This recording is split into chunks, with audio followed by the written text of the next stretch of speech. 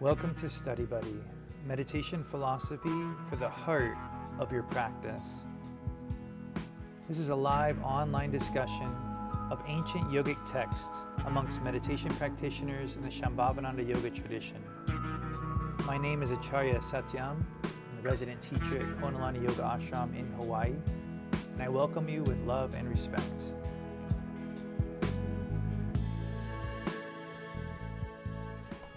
Hello everyone, namaste, welcome.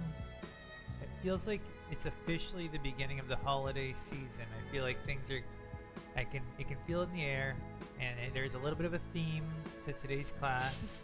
We have an audience behind me here. This is Kayla, I'm kidding, but it's funny, she's sort of half in the picture. Cool, so it's great to have everyone here. Tonight we are going to talk about the Shiva's Masquerade Party. That over you for a second. You're Shiva. Oh, yay. Shiva's Masquerade Party, which is happening all around us, not just this weekend, but every weekend, weekday of our lives. It's basically the work of our practice is to discover Shiva behind the mask.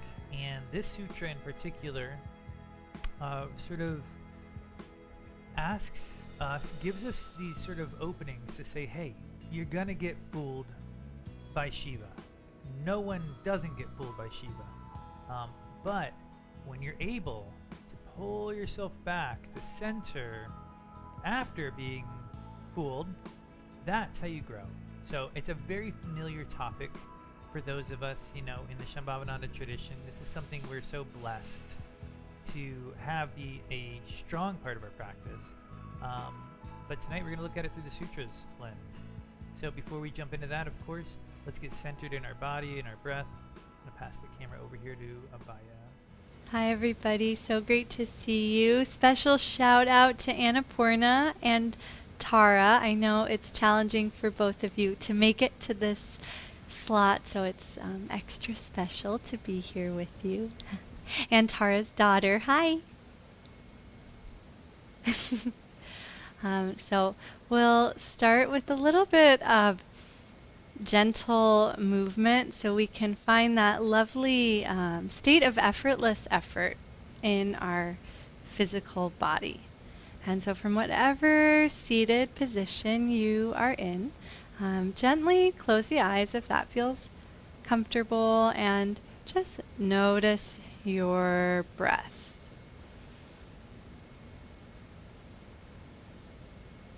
And notice how your breath intersects with the edges of your physical body. So that gentle stretching on the inhalation and softening on the exhalation.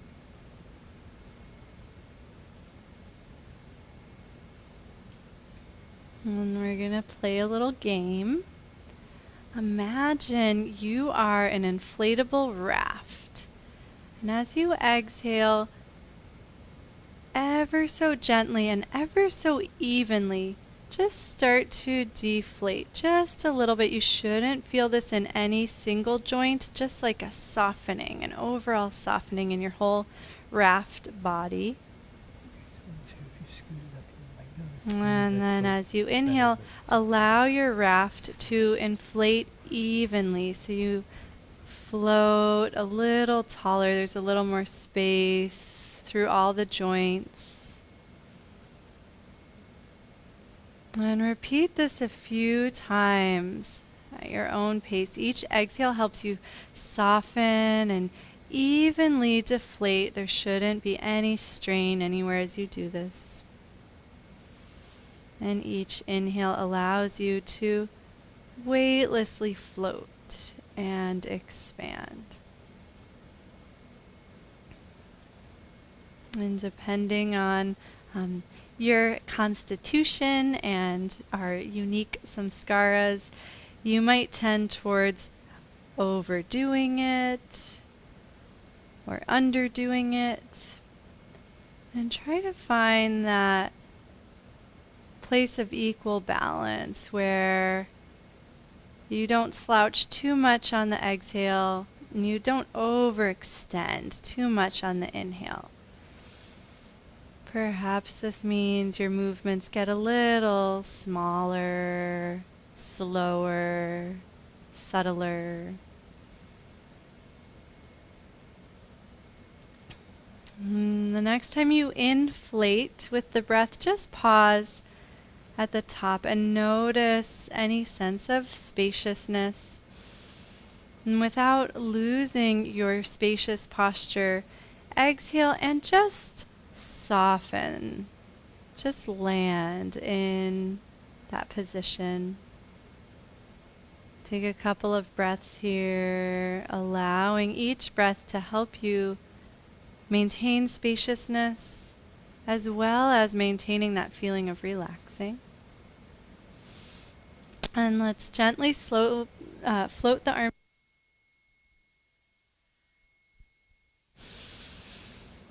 And allow the shoulders to be soft. Bend the elbows a little bit. Imagine your arms are like floating on the surface of a nice, calm ocean. Yeah, so they just buoy upward and float down.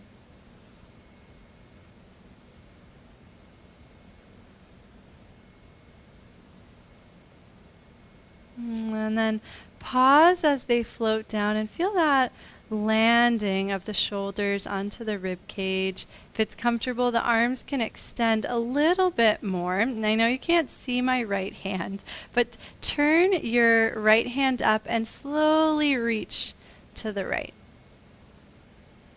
And then inhale, slowly come back to center. And you'll move with your own breath. Each exhale, you'll flip the right palm and reach to the right. So I trick Satyam. He's switching it up, but we're going a few times to the same side. And as you exhale and the palm flips, imagine that raft, that even reaching, so you don't notice it. Oh, this is like a kumbaya moment right here. If you've got someone next to you, you can use them for some support. Otherwise, Shiva can be your support. And the next time you reach out and over to the side, flip the left palm up and just slowly lengthen the left side of the body. Let the right hand either float, or if you're close to the earth or your chair, the right fingertips can tent. And let's just take one raft breath here. So the inhale expands you evenly in all directions. The exhale softens. Now on your own time, inhale, find that buoyancy, slowly float up to center, and we'll just do the same thing on the other side. So now you can see my hand. So both hands face down. I don't know if that will work this time.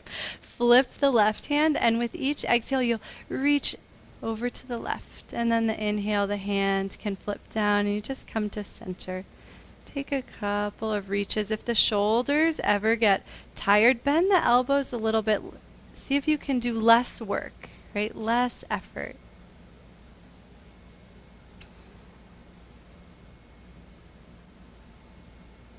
And the next time you reach over, pause there, flip the right palm up as well. Let the left hand float down and slowly let the whole right side of the body inflate. So it's not just the arm, it's not just the rib cage, it's all the way down to the right hip.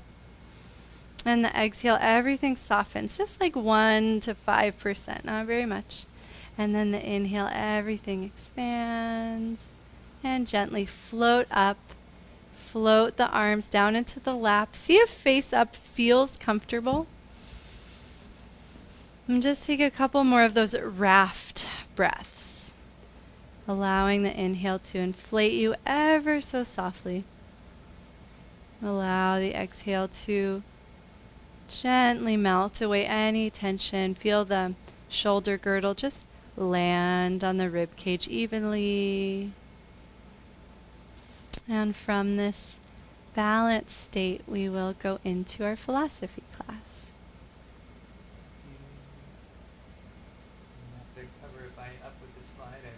I'll hold it. Oh, Yeah. thank you. Ooh. Okay. Okay. Oh, darn. Thank you for the... Yes, got it. I'm back now. Sorry about that.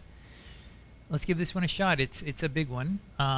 Sutra 3.2 far. And special shout out to Shoshone, who is on audio only tonight because of their Wi-Fi's down. So hope this is going well for you, Shoshone. So here we go.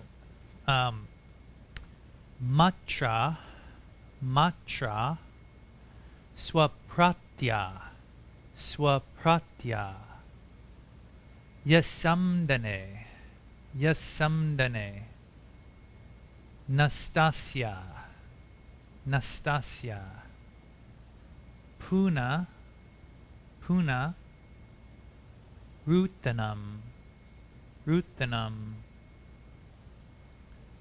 Mātrāsvapratyayasaṁdhāne. Yasamdane naṣṭasya. Punarūtthānam. And just for fun, the whole thing. Here we go. Mātrāsvapratyayasaṁdhāne naṣṭasya punarūtthānam. Wow, incredible. Great job. When a yogi, in coming out from samadhi, also attempts to maintain awareness of God consciousness in the objective world, then, even though their real nature of self is destroyed by the inferior generation of self-consciousness, they again rise in that supreme nature of the self. Take your time with that. Because we have one audio caller, Shoshone, I'm just going to read it one more time out loud. When a yogi, in coming out from samadhi, also attempts to maintain awareness of God consciousness, then, even though their real nature of self is destroyed by the inferior generation of self-consciousness, they again rise in that supreme nature of the self.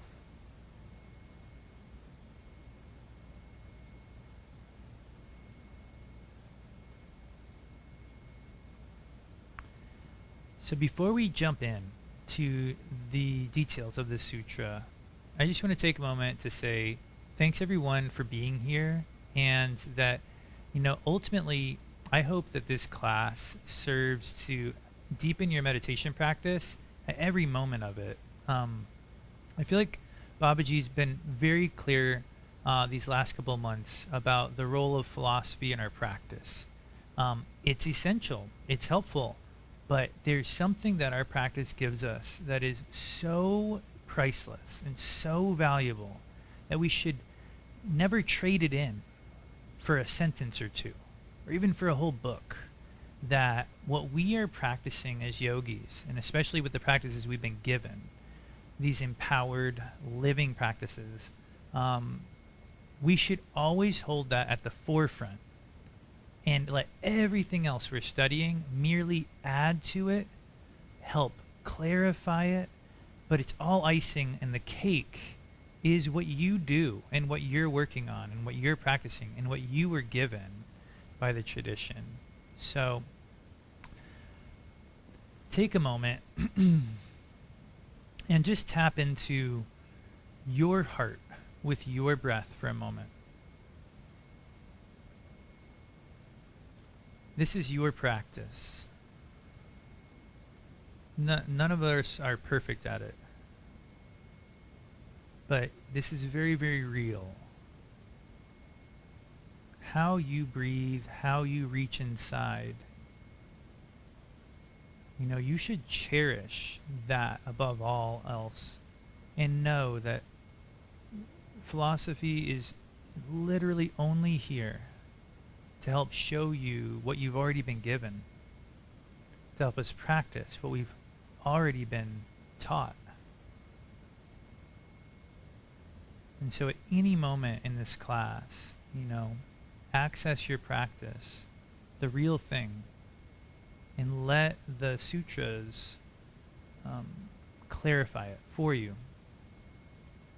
But know that what you do is the most priceless sutra. And so tonight, in this sutra, we see a very specific concept at play, which is that Shiva is cloaked. in our reality that we're constantly sort of falling for the masquerade of our life. You go to work, everybody's wearing a certain costume. In your house, a certain costume. Even you, a certain costume every day. And when we get pulled out into this costume, we get pulled away from our center. There's absolutely no doubt that this will occur repeatedly. This is the power of Maya. In the sutra it says, due to God's energy of Maya, the minds of yogis are diverted by force towards worldly pleasures and away from God consciousness. It did not mince words there. The minds of yogis are diverted by force towards worldly pleasures and away from their true nature. So our work is not to somehow figure this thing out in order to be done with it. We will be distracted. Those distractions are a part of this universe. You know, we don't know why, essentially. There are sutras that talk about this, but Shiva created Maya, an illusion that masks our true identity from us. And our work as yogis is to reveal our Shiva nature through our practice over and over and over again. But Maya is just as real as Shiva. It's all Shiva, right? So this is not like just a temporary illusion. It's real. And it's a part of our life. In the previous sutra, we were taught that that Maya comes, this illusion washes over us in a variety of ways. Pretty interesting how many different ways it washes over us. Anandama, could you read this quote for us? Just go ahead and unmute. Sure.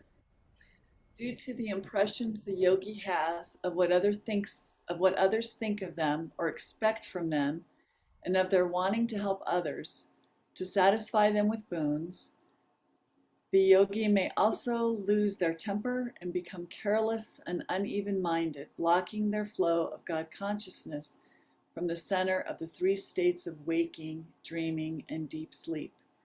So although they are aware of God consciousness in the beginning and in the end, they are plagued by this universe in the center, plagued by hunger, plagued by thirst, plagued by every aspect of daily life.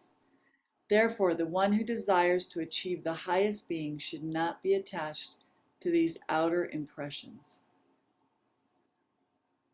Thank you, Anandama. Take a moment, everyone, to reread that or to simply breathe with it.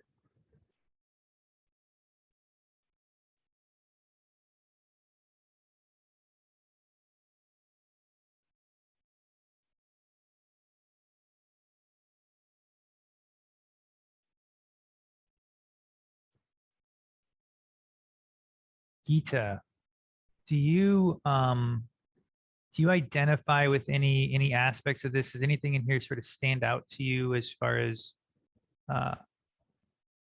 losing our center in these ways? Is this alarming to you?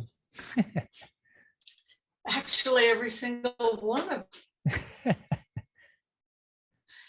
Boy, when you're not paying attention, it's so easy to be pulled out. What I like the most about that, makes me feel a little better, is the phrase, the forces are strong. And so if you lose focus or haven't developed that inner strength, it's easy to lose your center.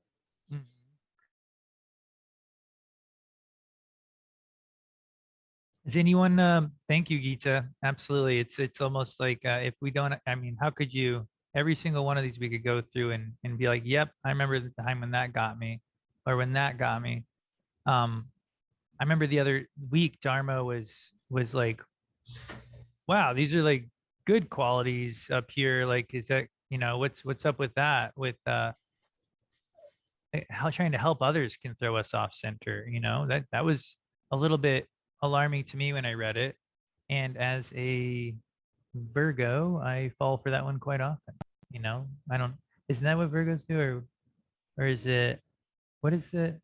Oh, well, I'm something that does that a lot. A giver. Yeah.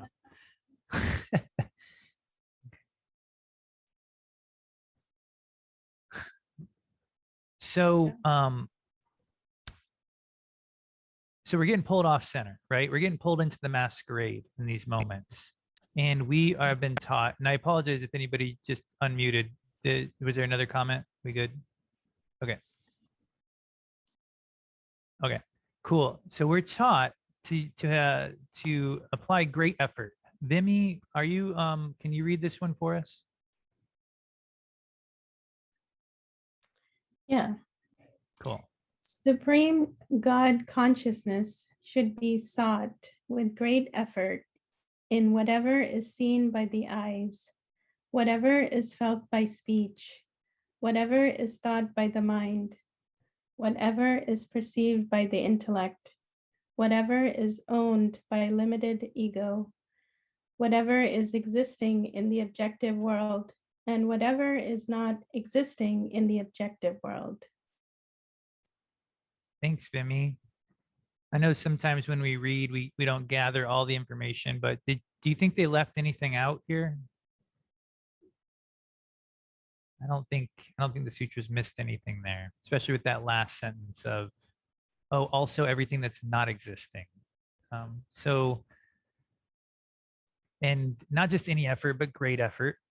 And basically, when you are encountering manifestation on every level, we're supposed to be seeking God consciousness, or else what? We get pulled into the illusion. And so it describes this concept. Kat, can you unmute and read this one for us? When their nature was snatched away by an inferior type of trance, they meditate thinking, "This whole universe is one with myself," and perceives the fullness of God consciousness in each and every object. Then again, they rise in their own nature. Thanks, Kat. So this is what I want to do a little free write on right here. So according to the sutras, we get snatched away by an inferior trance. So what do you get snatched away by? What's your trance, right? Okay. And then from within that trance, we are supposed to meditate thinking, this whole universe is one with myself. This whole universe is one with myself. That might not be what you say, but and you don't even have to have a saying. This is our practice right here. This is like whatever we do in that moment. And that is what brings us back. And then we rise again. We rise up from the trance into a fuller experience of our true nature in that moment. So let's take a couple of minutes. And before we do, we're going to do like a free write. So I have pen and paper ready. But I just want to establish an inner connection here. So free writing, we were talking about this at lunch today, is more like almost listening rather than it is talking. And that's what helps get you out of the thinking brain and into the feeling, into the heart. And so just take a moment and just let your attention sink down into the heart. We've actually been doing philosophy for about 10 or 12 minutes now. So you've got plenty of information in there. You don't really have to hold on to it.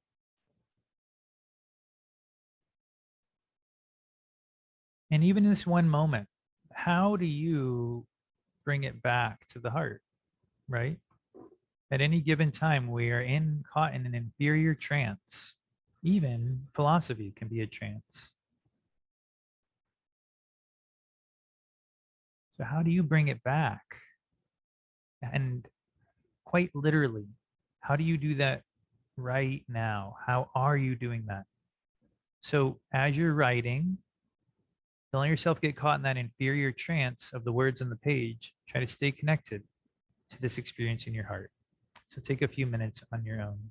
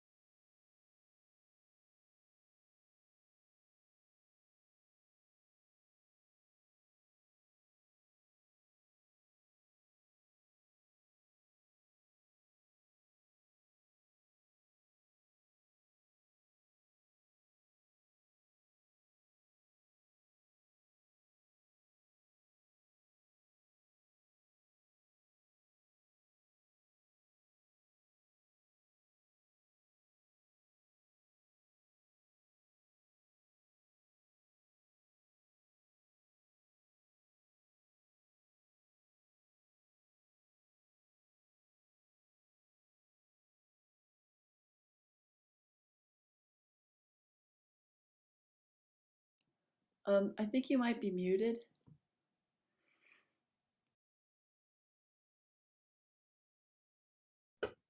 Thank you. So many mute buttons on this screen. Okay, so what I said was, I don't know how long ago I was muted, so we're done with time. um, set the page down, and then as Paul Reps once said, with calligraphy, you make a mark and then you look at it. So go ahead and just look at it. What did you write?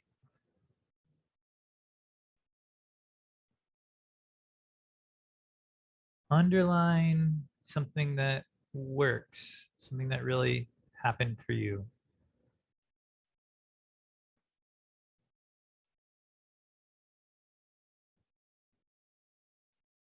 And then let's drop a keyword in the chat box and start the discussion a little bit.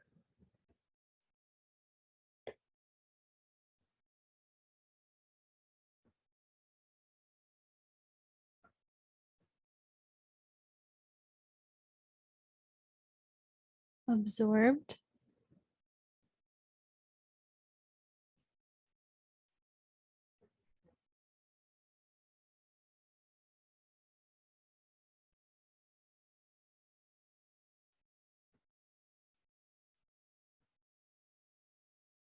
Right, here you go. Go ahead and read them.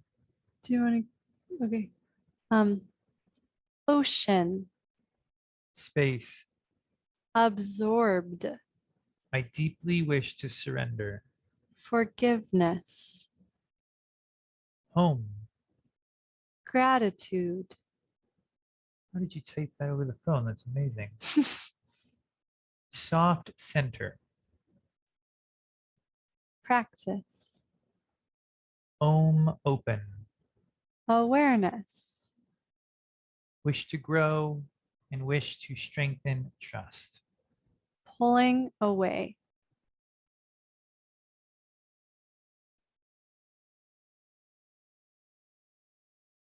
Excellent.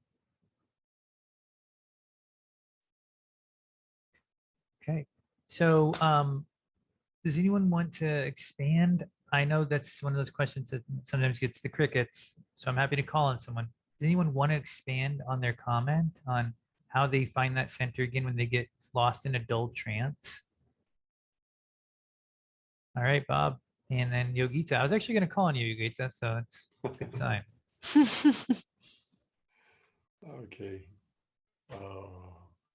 So yeah, when I'm sitting and I find my mind is spinning off in some lower thing, some story I'm telling myself, I bring my attention kind of inside up here, and I'm pointing to my head here, and my attention moves backwards and slightly up, and then I listen, and then the sound I'm hearing expands, and then I feel a reaction in my anahata chakra, the unstruck sound. And once that happens, I just relax and let that expansion take me away.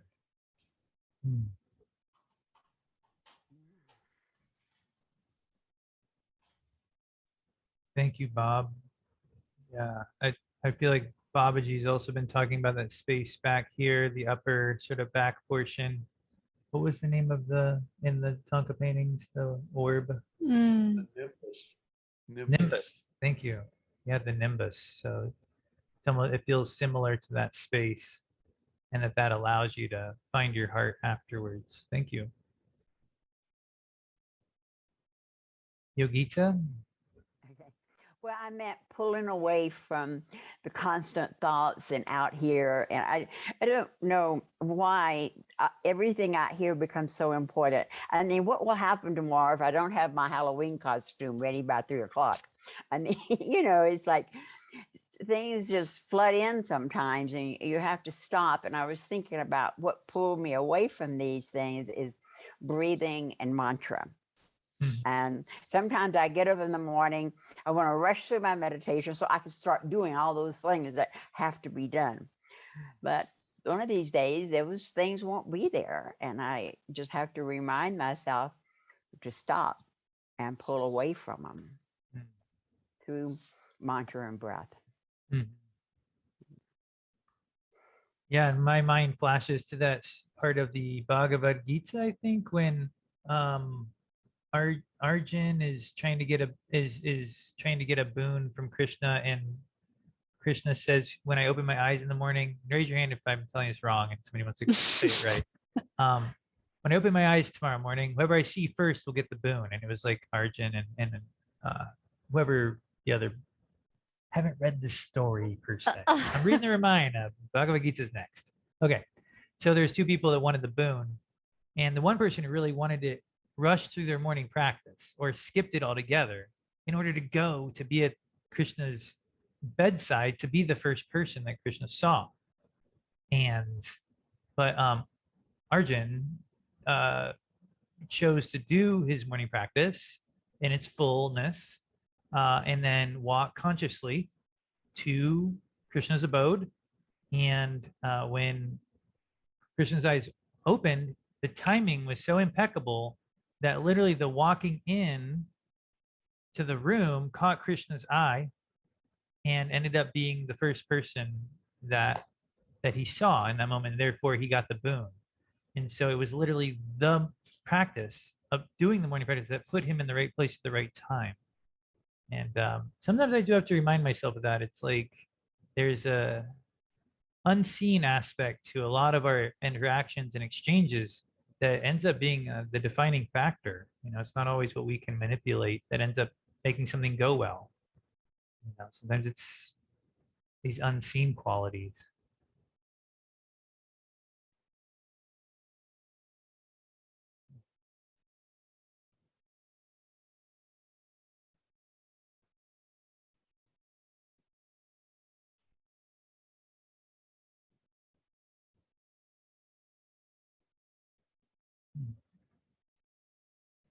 I will say one more thing about this practice that we're referring to tonight.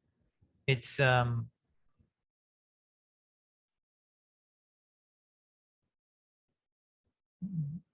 that I thought was pretty important about the ending of this sutra. Told us that even when you get pulled away from center, if you're working to regain your center, then you're not pulled away from center. So I'm going to pull up one more quote.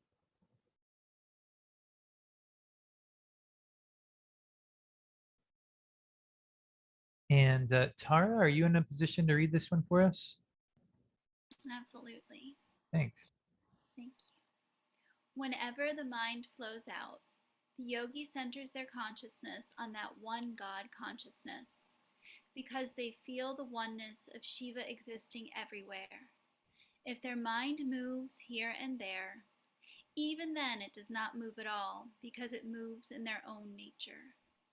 Wherever they feel and experience the existence of the objective world, they feel and experience that the objective world is actually nothing but Shiva. Thank you.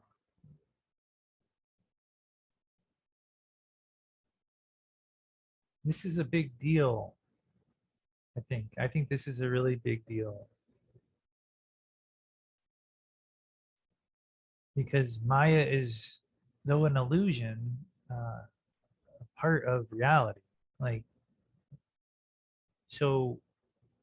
it's not the defining aspect of reality.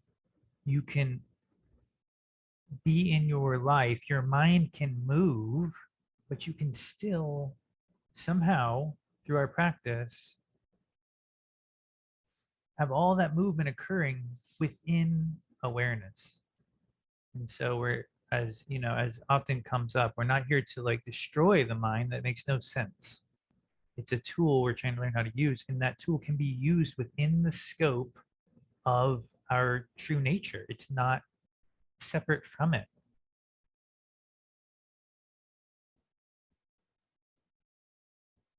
I've got to share just a little something about how this might have been illuminated for me in a very, I'm going to call it a horizontal way.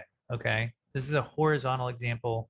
It's not quite the level I'm reaching for with my practice, but exercise and running and stuff has always eluded me. I find it very challenging. I always seem to hurt myself when I try to run. I'm always like, oh, I'm not a runner. I'm not a runner.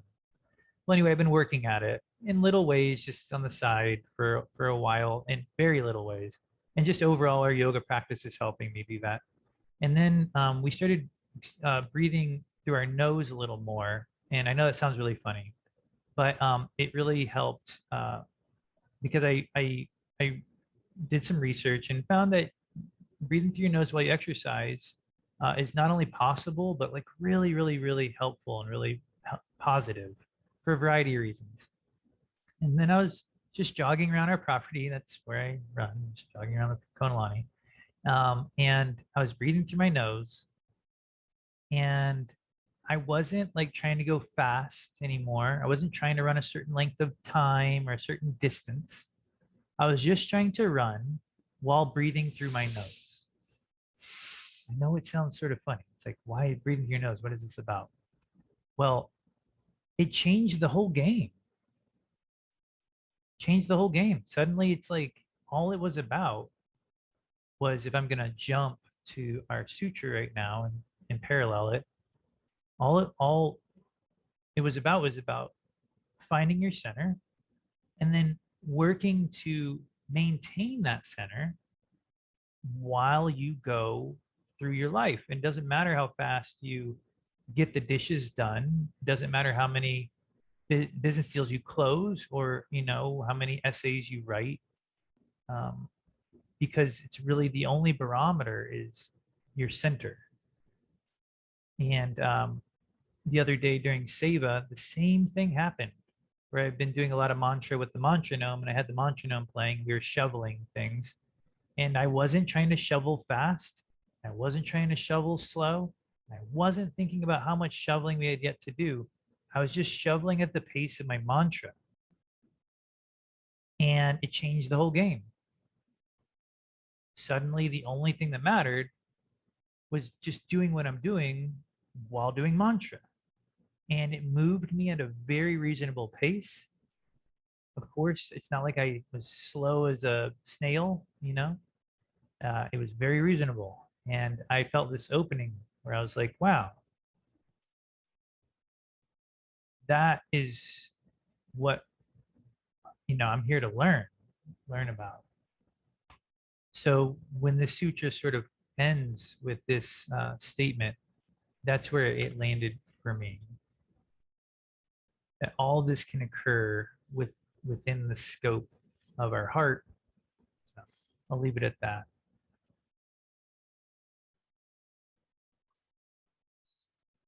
Yogita. That reminds me, I used to sew for Baba, and he used to tell me, he says, listen to your sewing machine. It does mantra. And I would get into trying to make it, what I was doing, trying to make it right, and it wouldn't come out right or something. He says, just stop and breathe and do mantra and sew from that point. Exactly. And I bet, was that a fun experience? Did that sort of click for you? And yeah. It's like the joy that we think we're seeking from whatever activity. It's weird. It's as soon as you find that inner rhythm, it's like the joy is right there. Any other comments or questions? Yeah, Gita. My impression in all three stories, your two and Yogita's, is that by either focusing on your breath or the mantra or listening to the sewing machine, the story that habitually runs in your heads it's not there. It's not in the foreground anymore. And it's the story about what's out there that pulls us out. It's the narrative that we have running all the time, for the most part, is what pulls us out. I like it, I don't like it, it's hard, I'm tired. I don't want to do this. Perfect. Thank you for sharing that. That makes total sense to me. That's so helpful. And that's the one thing we have power over, right? Is that narrative. And it ends up being like the one thing that's pulling us out. We think it's the stuff outside. Wow. Thank you. Oh, we have a comment here behind the slide. I just wanted to share, I know this feeling so well, and Wednesday is our day off, so just yesterday. And you guys know having a day off feels like this precious thing, right? Where you're like, okay, I have to relax, I have to have fun, I have to clean, I have to do like all the things. And so normally I'm in this kind of story of like rushing, of like, we gotta get to the beach, like we gotta go, this is our day off, like, and yesterday I was so relaxed, and we were at breakfast and we were taking our time and hanging out with Tejavan and drinking coffee, and Satyam was like, oh, this is so nice that you're just so relaxed. And we had the best day.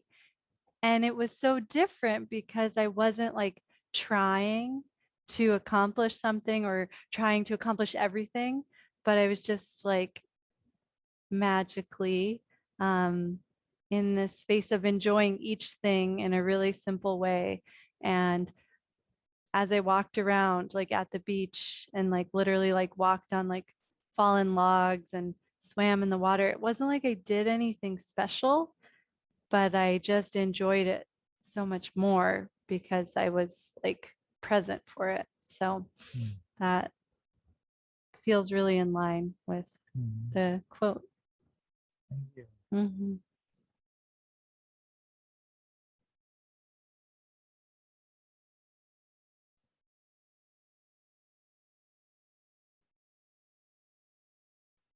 Yeah, and I think it's like you can't just decide to be like that. I feel like it was something you really had to open up to, and you have to crave that.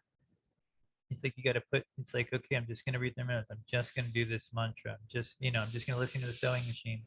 And it feels like that's what makes the opening.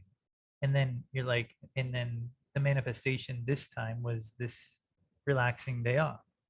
Whereas another time it could be something totally different, right? So it manifests differently, but the internal quality is what we're going after is the same.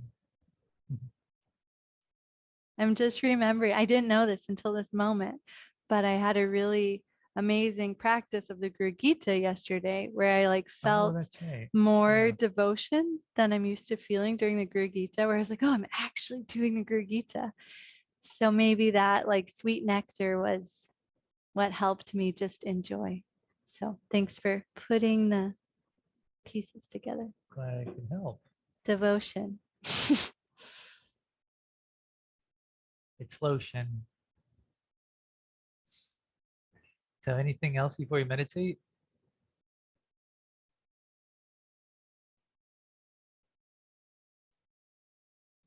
Shiva's like, Shoshoni's like, how do I want to make a comment? Okay, yeah, Dharma. I'm just thinking of the slide about the boons, and then it talked about hunger and being tired and things like that. And I think of those things as like simple needs, like for food and for rest and things like that. And sometimes my reactions to things seem like a mystery to myself, like even my moods or something. But underneath some of those mysteries and thoughts and reactions, like really is like a need expressing itself too. And so I think starting to like not only be a parent to my children, but like be a parent to myself, like my small self, and to sort of treat myself with that compassion and that sort of like not buying into exactly what I think I need when I probably just need to rest or something like that, right? Like Henry will throw things, but he's tired. You know what I mean? And it's like I do the same thing as an adult. So it's starting to have that sort of detached like maturity to just not buy in to it, and to recognize that, you know, there's some need that's trying to be expressed and sort of addressed through something that's going on, and I have a better chance of catching it and like bringing compassion to myself if I take that time to do my practice, for instance. Like it's just that practical in a way too. Absolutely. It's like you can't just decide to be the parent to yourself. You have to literally invest in that capacity, and then suddenly you are able to be, and you just naturally begin to see through these little masks that we're wearing. You know, I mean, like that picture from before with Shiva, with that little mask. It's like, what if it was that little and we literally are getting fooled by it? And it's just this little mask over this radiant being. And we're like, who could that be? You know, and you're like, that's like the state we're in when we're in that tired state. We like can't see Shiva at all. And like everything is just overwhelming. And the littlest mask is like, where am I? Who's there? So let's invest the last 10 minutes of class in this capacity. Take a moment to just, you know, establish your seat, yada, yada. You got to do that on your own because you're jumping right in. But let your eyes open for a second and just sort of see the room that you're in, peripheral vision. So you sort of see the whole space that you're in. Imagine for a moment that this entire room you're in is like a set on a stage.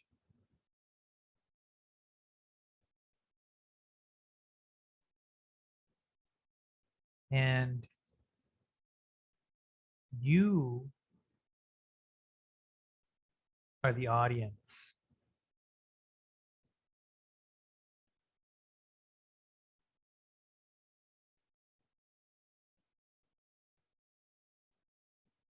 And let yourself really see through the story that you associate with this room, whatever it is. Maybe the door needs to be fixed, or something's the way you relate to that painting, or whatever it might be. Just sort of like step back from the whole thing and feel this detached space of the witness. This is how we unmask Shiva.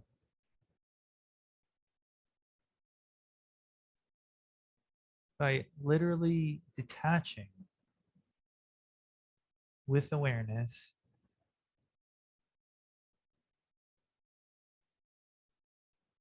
and then holding that space.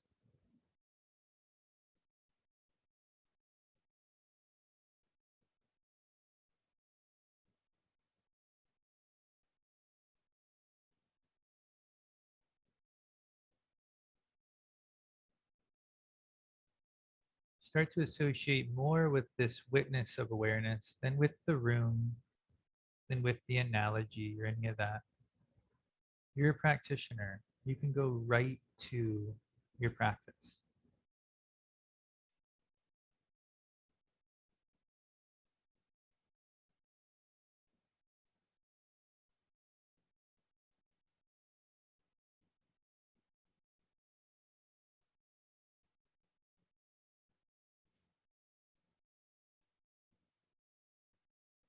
Picture that nimbus, that space behind the head, that halo on the Tanka paintings. Let your awareness Draw back. Let the world in front of you flatten. Feel the quality of your being at a higher dimension than this flattened illusion.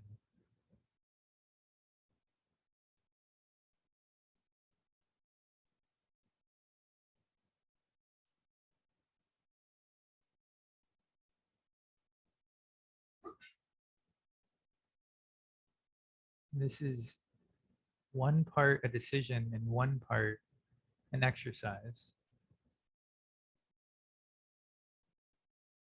The actual holding of your awareness is the work.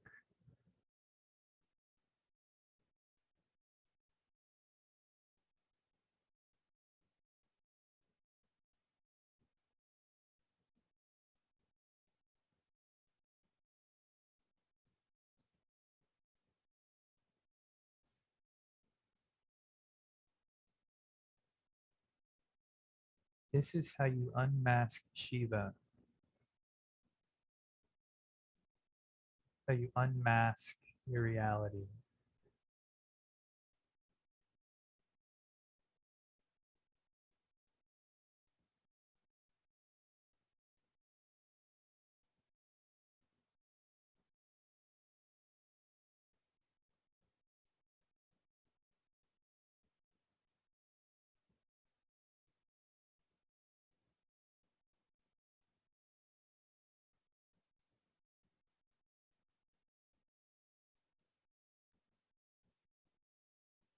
Let yourself relax while maintaining a link to this space.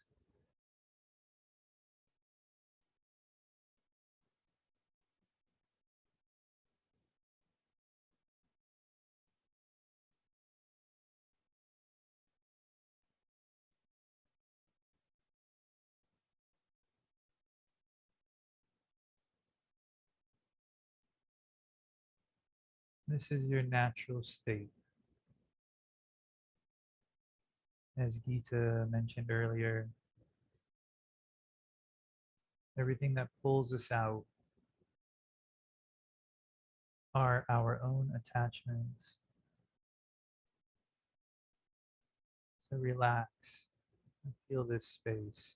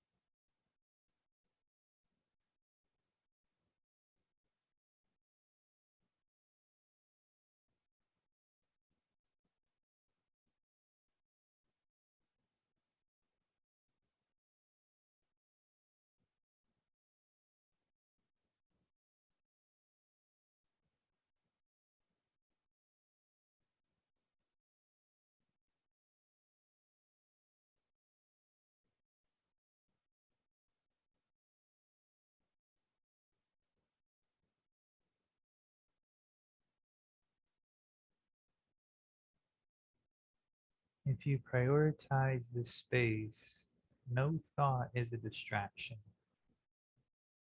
No itch is a distraction. It's all occurring within the space of your awareness.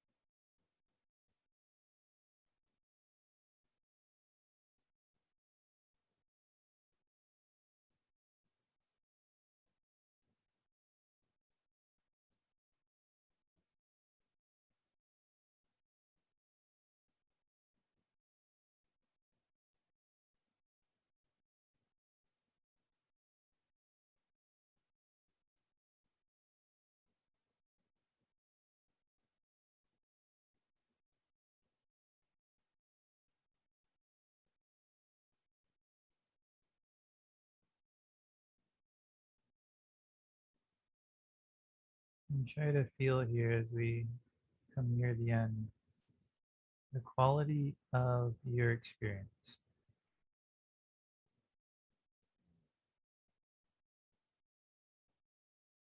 The feeling of being without a mask for a moment.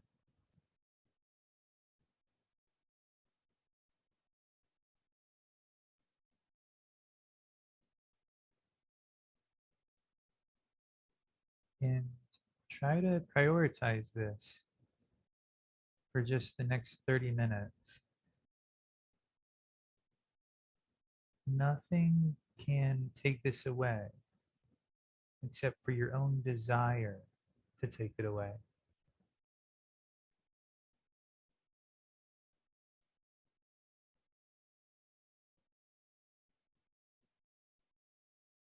It doesn't mean it's easy, but it means it's possible.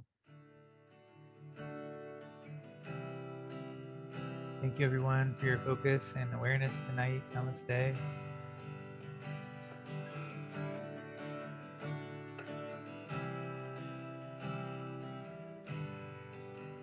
Happy Halloween. Halloween.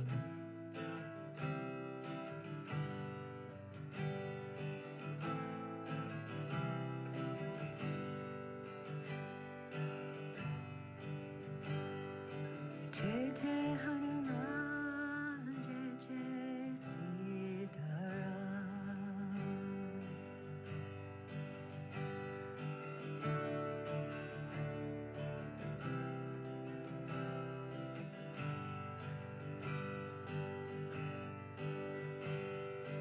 Jai Jai Hanuman, Jai Jai Sitaram.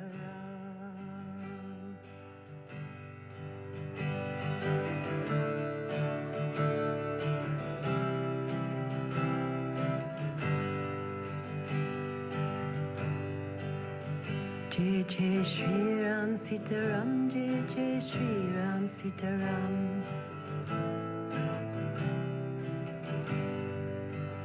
Jai Jai Shri Ram Sitaram, Jai Jai Shri Ram Sitaram.